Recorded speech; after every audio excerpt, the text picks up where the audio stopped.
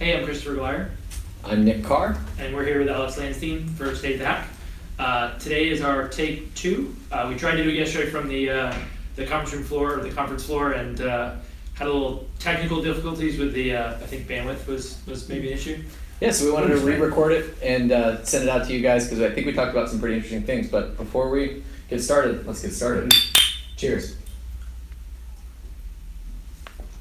So we're joined here by Alex Lanstein. So what we try to do on State of the Hack is talk about a lot of targeted activity that we're seeing and different campaigns we're responding to and providing more of that information. But we don't really talk about how we get to that point or where some of the data comes from. And frankly, in a lot of cases, Alex is identifying it. So could you give a little bit of your background and maybe how long you've been at the company? Sure. So I've been here for almost 11 years.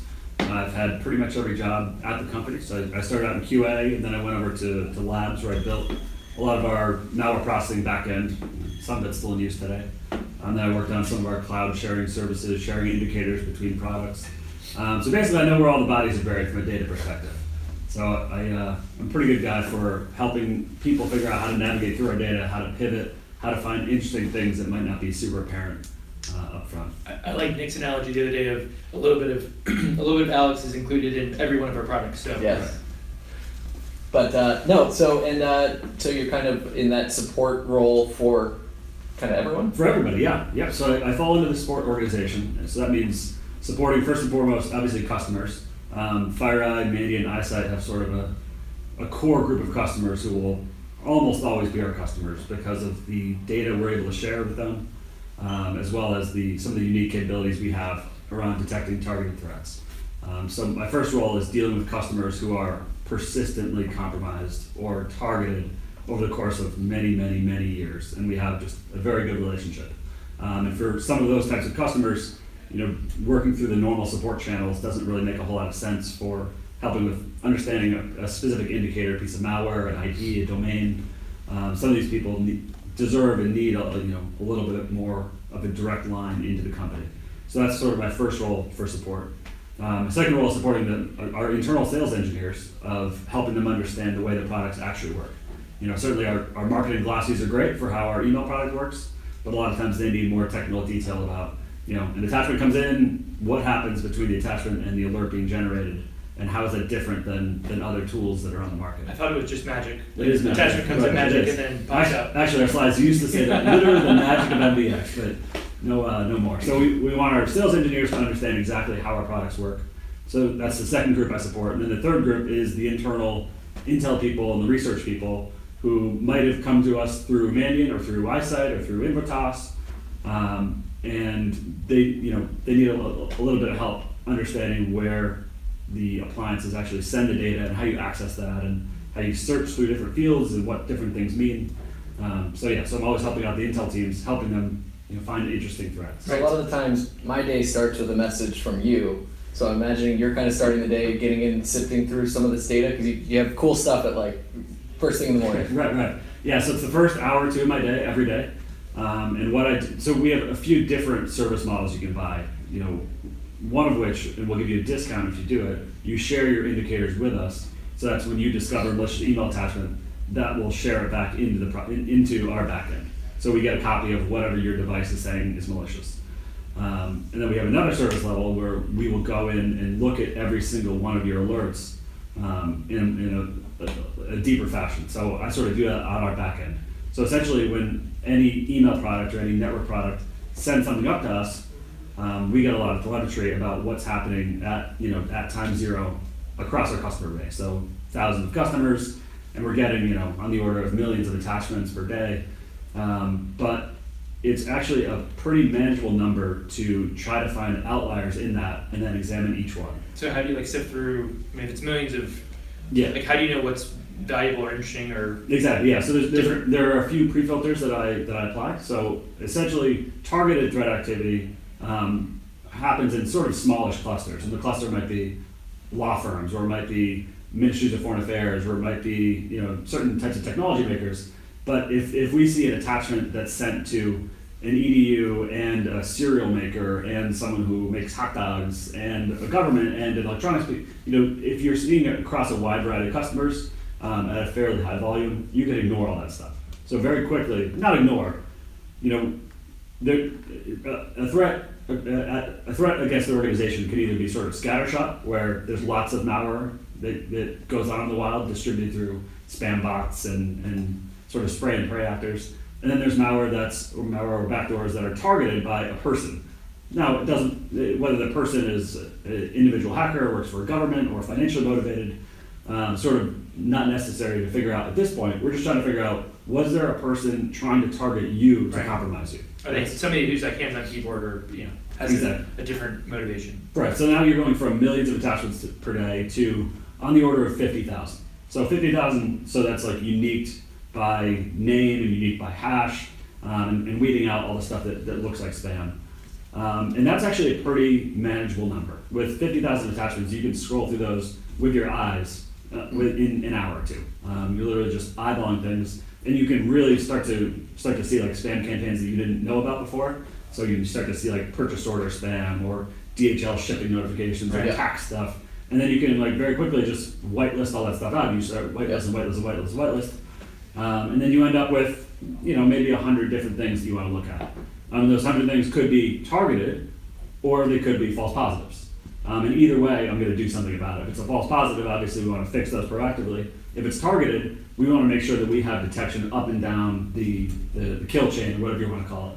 So let's say we successfully detect a malicious Word document, but let's make sure we detect whatever payload is going to drop on disk, and then whatever the command and control channel is going to look like from that sample. And if we don't detect it, we want to work with the different products, the endpoints, the network, the email product, both to have detection for some of those other parts of the chain, as well as like properly identify the threat. Our product in general is very good at determining generically whether something's bad. So let's say an Excel spreadsheet comes in. If Excel somehow manages to download and execute something, or if Excel manages to like execute PowerShell with like an encoded command, that's bad. It's bad with very high efficacy. So that's easy to do, or fairly easy to do.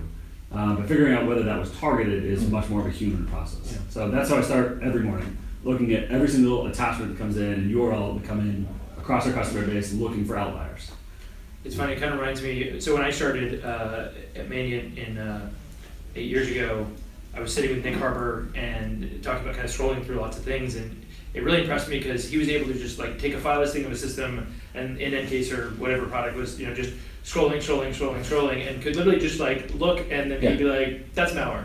And like as a kind of brand new person doing IRs, I had no idea how but like once you've been doing it for a long time, you can just kind of that something stands out, or that you can't always describe why, but it's weird how once you've been doing it for a while that gets a lot easier. A science that you perfect so much that kind of looks like an art, and a little bit of style to it. Yep. Same with your daily going through every com script put on. Yeah, exactly. Right.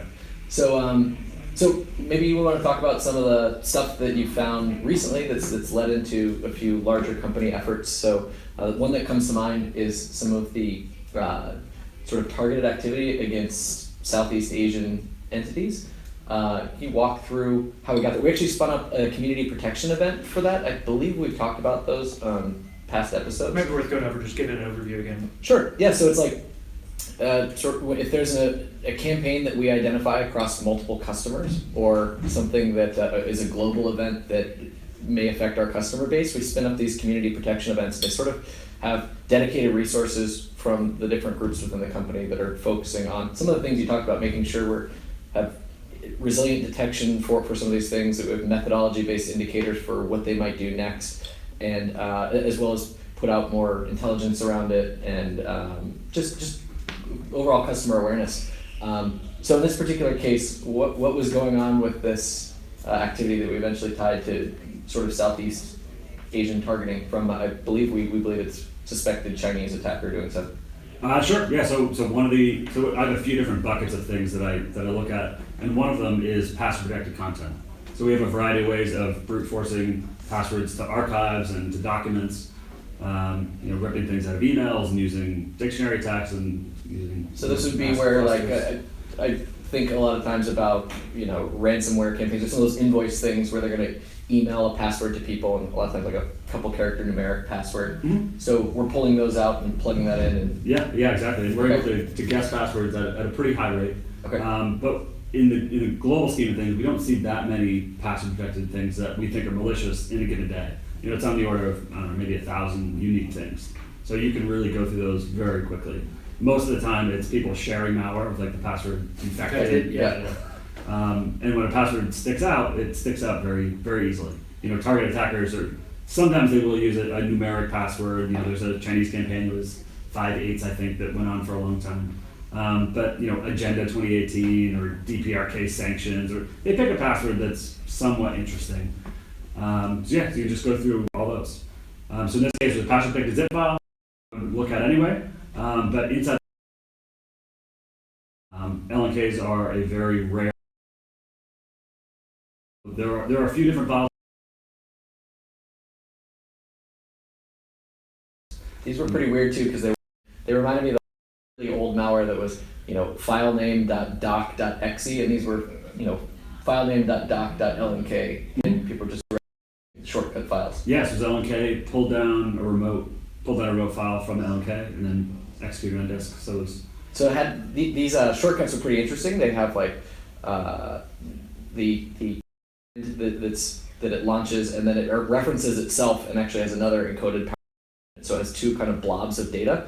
The weirdest part was as we're tracking the use of these, and it kind of feels like another group, again, this suspected Chinese group, got their hands on something that was used by other attackers. So the generic detections online on VirusTotal, one or two of them have been uploaded to VT, and other vendors identify them as like cozy.duke.gen.lnk or something like. They tied back to the APT 29's U.S. election targeting. Links, yeah. So that was, I think, the Spike Rush malware right around there. A really targeted campaign. We haven't seen it since then, and then all of a sudden, this same builder using these is pretty interesting. And then its persistent mechanism was the starter folder, right? Sure. Yeah. So you drop the link in the starter folder. 1998 style persistence of malware, in the auto runs. In the starter folder.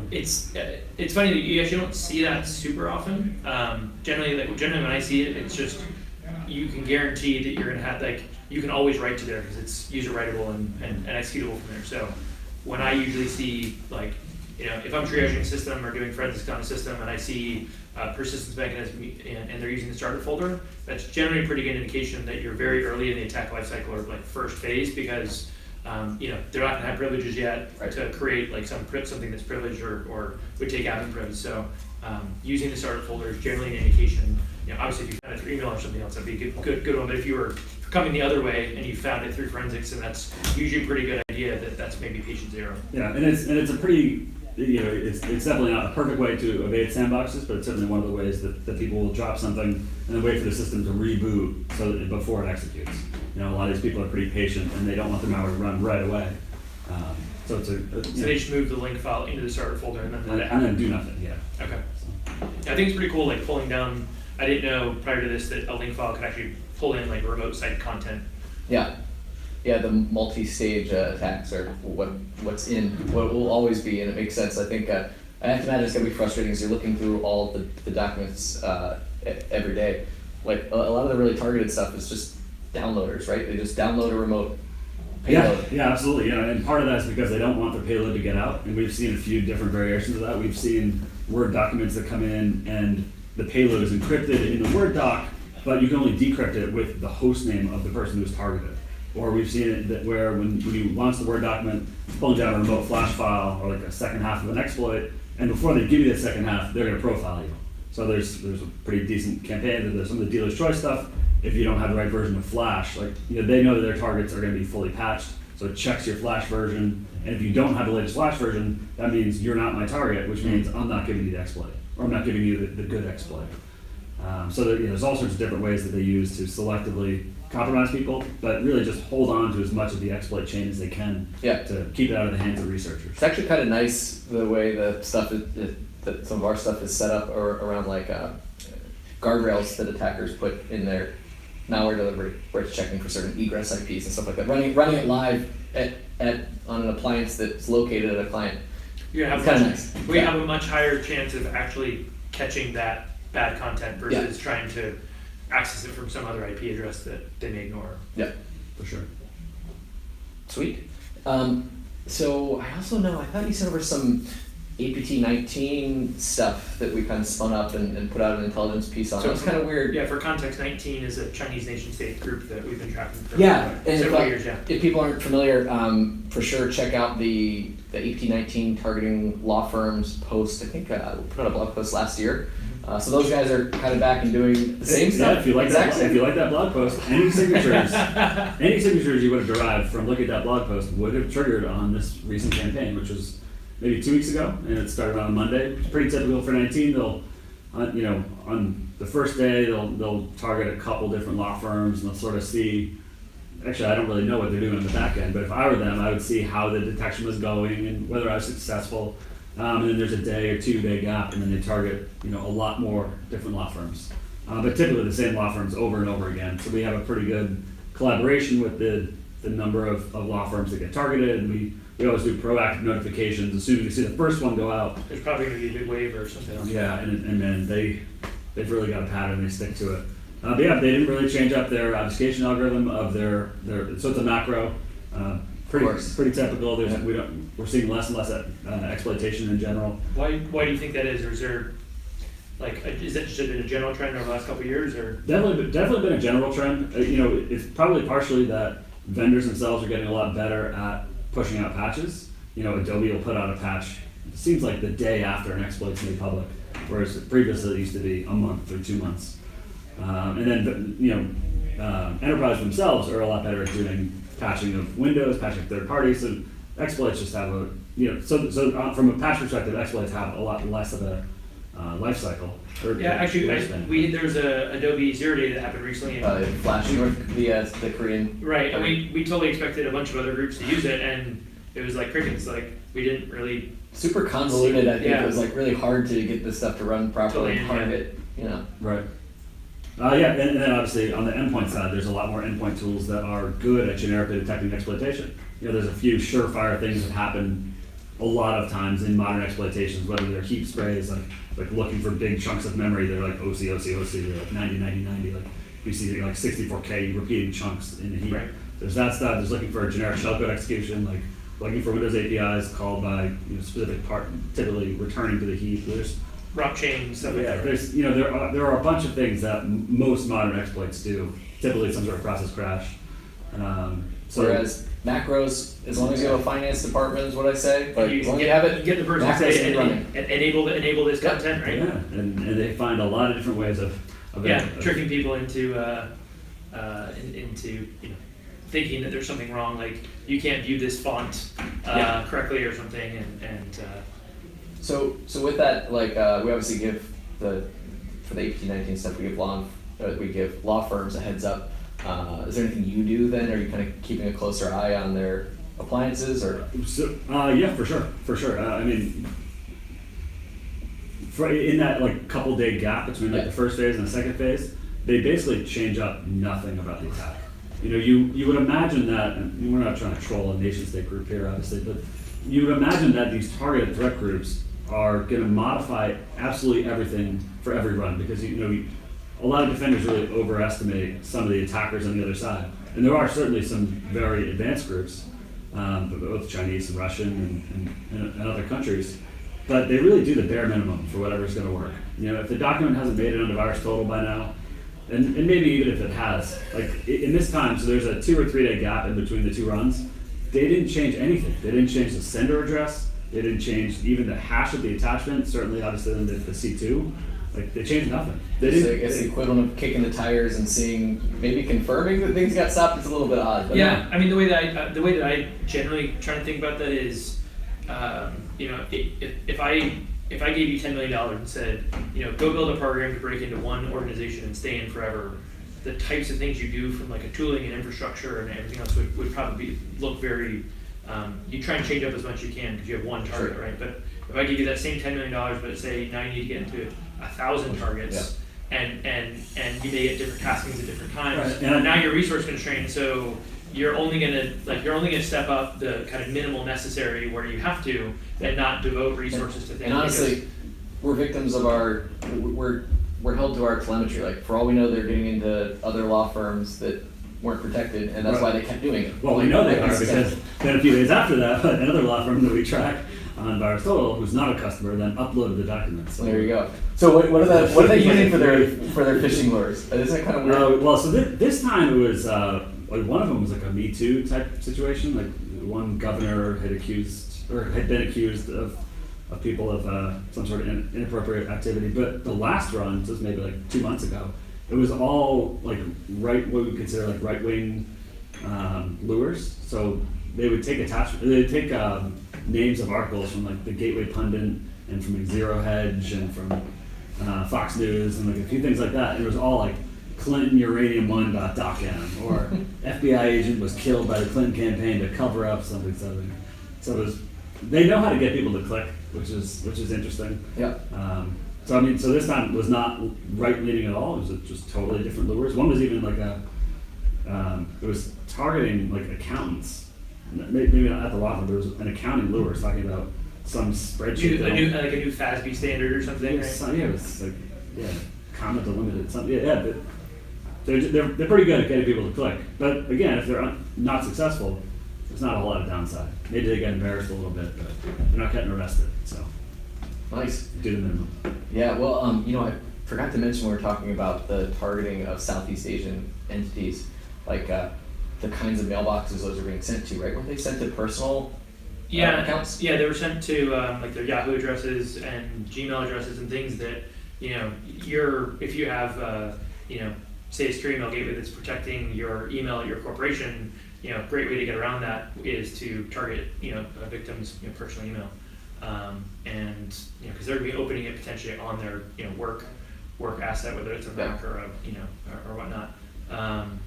And that's a real tough one because you're completely blind to that as a victim organization, right? You don't have any visibility into someone's Yahoo or Gmail or Hotmail or whatever your favorite one is. Yeah, it's kind of a totally untested vector, literally not tested because you can red team all day, but typically that's not a part of a red team. It's targeting someone's personal mail for infection. I think it might be illegal depending on and it's who you ask. pretty rare. Like I don't, because you need quite a bit of information, right? You need to be able to say like, okay, well, I want to target a car, and then I need to then do open source research and find out like what potentially your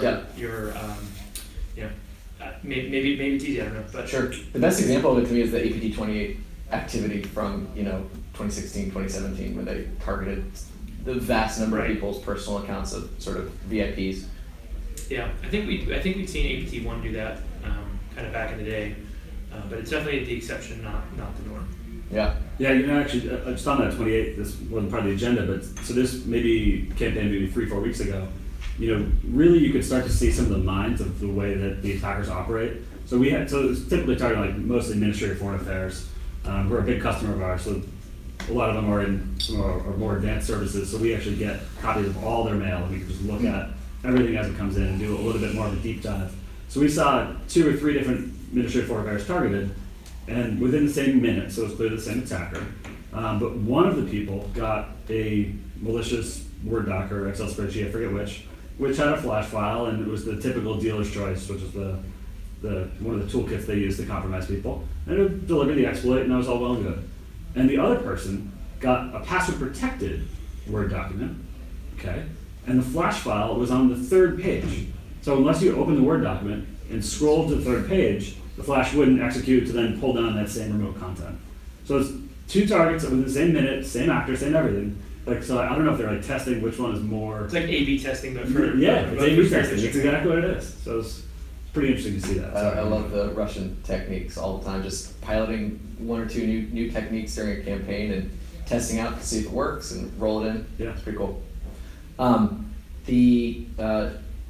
One other thing I wanted to talk about, we chatted about a little bit yesterday, was some of the emerging nation-state attackers, and I know you've been working with like Barry Vendrick and the Intel team as well on some of that activity. It's kind of cool because it's countries maybe people wouldn't think of as having a capability. Sure, yeah. It's obviously cyber is a lot cheaper than using humans for espionage. So one of the groups we've been tracking is we believe out of Kazakhstan. So obviously when you're doing attribution, there's sort of different levels of confidence of, hey, it could be down to this person if they make a bad enough mistake, or you sort of get a gut feel about it's probably this country, and maybe we don't need to go deeper than that. And in this case, this group is in Kazakhstan. And the reason that we said that So one of the original C2s from like a first stage malware, the C2 was registered by a Kazakhstani domain registrar, or registered through a Kazakhstani domain registrar, which you might say, okay, that's kind of strange. It's So like a .kz. Yeah, .kz, yeah. So, which, okay, maybe that's a little strange, but who knows? Maybe the domain was stolen, maybe there's a lot of things that could happen. And then, but the second stage used an IP, and the IP was hard-coded through SWIFT, the Shared Who Is Information Project, the SWIFTs. It was SWIFT to a Kazakhstani organization. It was hosted in Kazakhstan. And we see very few C2s, especially like a second stage, sort of more persistent C2 hosted in Kazakhstan. It's kind of a weird country, and you know, a lot of like firewalls and stuff like that will allow you to do like country-based blocking for reasons like this. But we didn't really see that. So you might say, okay, domains registered in Kazakhstan, IP. Maybe a false flag. I don't know. Yeah, sure, could be, you know, the Georgians and the Moldovans or the Latvians or whoever. But then on one of their C2s, they had an open directory. So open directory, okay, and all their source code was public. So I'm not going to say the text editor, but one of the text editors that they used, when you write the file, it changes the extension. Like, so it has like a temp file that it'll write to. So you'll get the main file, but you also get like a backup. And that backup file didn't have a CGI handler, so when you clicked on it, you got their actual source code. So like, nice. Yeah. So now you have your source code, and it's all in a Cyrillic language set. Okay, all right. But again, maybe false flag, you know. A lot of work to get false flag, but okay. Yeah, there's other people who write in Cyrillic, but you know. Also in their source code, which we didn't log into, but would have been really easy, was their MySQL database credentials, which had a copy of all their targets and all their victims. Not their targets, but it had a copy of, it would have had a copy of their victims. So you probably could have inferred, well, because they're our customers, we can just look and see who was targeted. Right. And across the board, it was like the ambassador for Kazakhstan at Name Your Ministry of Foreign Affairs. So it was, you know, certainly nothing's perfect in terms of attribution, and we're not taking people to court, and we're not a government, but you could sort of get a gut feel for, okay, this is probably who it is. Nice. So, yeah, so Barry actually named their malware. So I think in one of their strings they called it like RoboRat. So Barry named it Roborat, which was a good Barryism. Yep. I think that's an example of what you like to call gov on gov love, right? Yeah, that's right. Exactly. Awesome. Well, I guess since we last did the episode, since we last did an episode that you might see, we released the M-Trends 2017 report. I definitely recommend people check that out. It's available like ungated on the website, and it's the recap of the 600 or so investigations we did in the past year. So I'm just curious, because I know you've been talking to various people here, if there's any trends you wanted to highlight before we wrap up today on what we've seen in that report, things people should look out for. You know, I think two of the bigger ones, there was a big uptick between 2016 and 2017 in the median number of days compromised from, so, you know, we track like, you know, when an attacker breaks into when it was detected either internally or through like a victim notification or something. And there was a big uptick between 2016 and 17 in both, you know, EMEA and in Asia. And you know, I think what that's actually reflective of is different governments in Asia and Europe are actually starting to get a lot more, you know, into the cyber game and actually start to, you know, notify a lot more victims. And so they're then finding these kind of latent attacks that have been there for a long time. So I think that was a large part of the reason. One of the other interesting stats was the time, if you find it internally, our clients or customers in Europe actually were finding things internally took about half the time as in the Americas, which I thought was another interesting kind of comparison. Sure.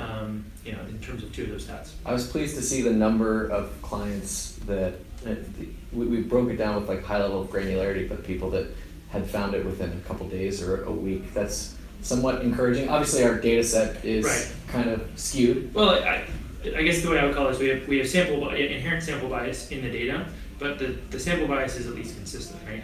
You know, if you have a phishing email that gets blocked, you're probably not going to call Mandiant to do an investigation. You know, or if you caught it day one, you can, but it's probably not going to do a lot. You know, or if you caught it on the first day and you know can push the attacker out, you're probably not going to give us a call. So, you know, we're not going to see those types of attacks. But what we are going to see is ones that are either there for a longer period of time or have gotten to a stage that are harder to evict, or maybe are unknown. We did a compromise assessment and found something. So the data is at least consistent. And you know, one of the other trends was kind of the median time from breach to discovery, it's gone down pretty steadily since we started publishing these stats in 2011. I think it started around like 400 and some days in 2011, and has really come down to about 100-ish days, and it's been pretty consistent. So last year was 99, and this year was 101. Awesome. So we're just about at the end of our show today, but just wanted to let you know maybe some of the things we'll talk about next time, or the other stuff we're dealing with. A lot of attackers are active. The global pace is always challenging to keep up with. So we're seeing a lot of Iranian activity, APT 34 and APT 35. Fairly active right now. FIN 6 and FIN 6 10. across a couple clients. FIN 10 doing something a little bit interesting, where the way that they're infecting people. Maybe we'll talk about that next time. So just some unique ways to get around detection. And speaking of detection, the one thing to look out for, I guess, over the next, until we do the next episode, is going to be Squiggly 2, in my opinion, the UAC bypass released by Casey Smith. Yeah, I think that's something we picked up. Especially those emerging nation-state groups that pick up on it. Everyone wanting to use these publicly available frameworks to avoid attribution in their early stages. This would be a very sensible thing for groups to be adopting quickly and using. So we'll keep trying to share stuff out at FireEye, different methods, interesting things we see. I think someone on the team, Steve Miller on the team, has been sharing out daily PCAP.